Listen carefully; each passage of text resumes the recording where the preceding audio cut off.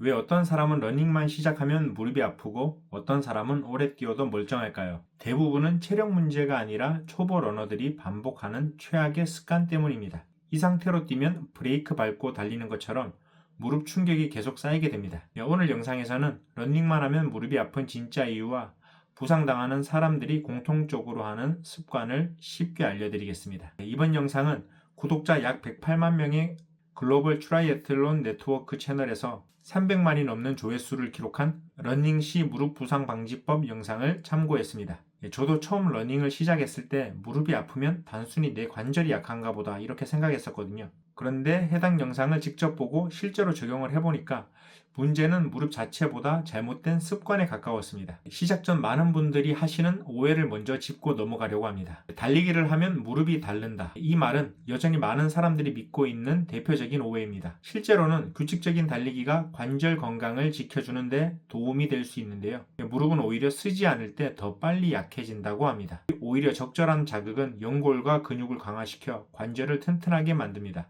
단 중요한 전제는 무리하지 않는 범위다 라고 말합니다. 그렇다면 왜 같은 러닝을 해도 누구는 무릎이 망가지고 누구는 오래 뛰어도 괜찮은 걸까요? 많은 초보 러너들이 가장 먼저 하는 실수가 여기에 있습니다. 바로 몸이 버틸 준비가 안 된 상태에서 거리와 강도를 갑자기 늘리는 겁니다. 영상에서도 가장 먼저 강조한 부분이 바로 이겁니다. 처음에는 20분만 뛰어도 힘든데 며칠 지나면 욕심이 생기죠. 그런데 문제는 심폐보다 관절과 힘줄 적응 속도가 훨씬 느리다는 겁니다. 특히 초보 러너들은 몸 상태를 무시하고 달리는 경우가 굉장히 많은데요. 무릎 주변 근육이 아직 충격을 흡수할 준비가 안 됐는데 계속 반복 충격이 들어오니까 통증이 생길 수밖에 없는 겁니다. 그래서 영상에서는 훈련량을 한 번에 늘리지 말고 일주일 단위로 아주 천천히 증가시키라고 설명합니다. 실제로 러닝 오래 하시는 분들일수록 오히려 천천히 늘립니다. 빨리 강해지려고 하는 사람보다 안 다치려고 하는 사람이 결국 더 오래 갑니다. 그리고 두 번째로 중요한 게 있습니다. 바로 고관절과 허벅지의 뻣뻣함입니다. 많은 분들이 무릎만 문제라고 생각하시는데요.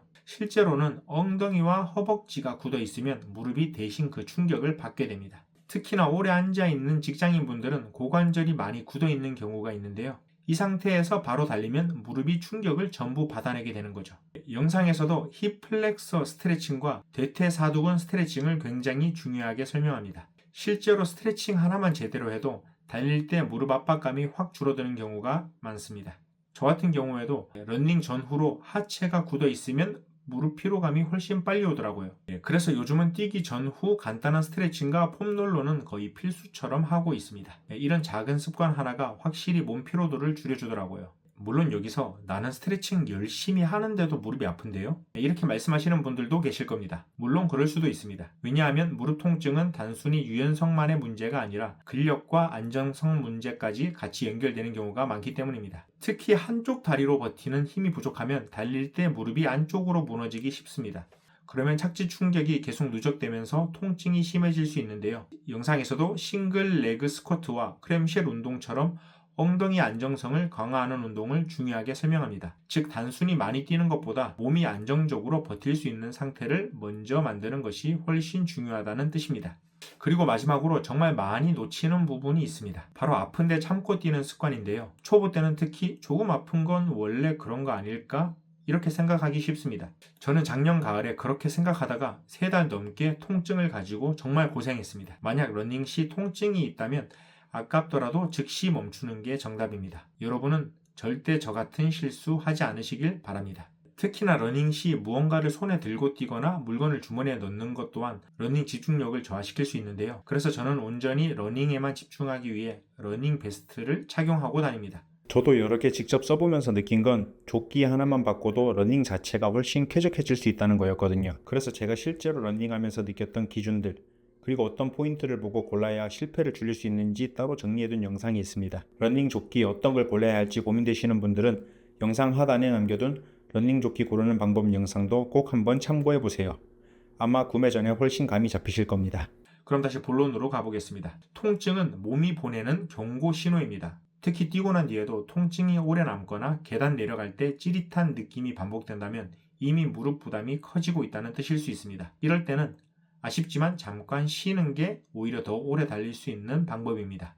러닝은 며칠 무리해서 잘 뛰는 운동이 아니라 몇 년 동안 안 다치고 꾸준히 가는 사람이 결국 이기는 운동입니다. 무릎은 소모품처럼 쓰는 게 아니라 관리하면서 오래오래 사용하는 부위라는 걸 꼭 기억해 주셨으면 좋겠습니다. 3년 전까지 저는 지방간도 있었고 혈당이 높았습니다. 그리고 어깨, 허리 통증이 심했던 사람이었습니다. 하지만 주 3회 이상 러닝하는 습관으로 이런 문제점들을 해결하였습니다.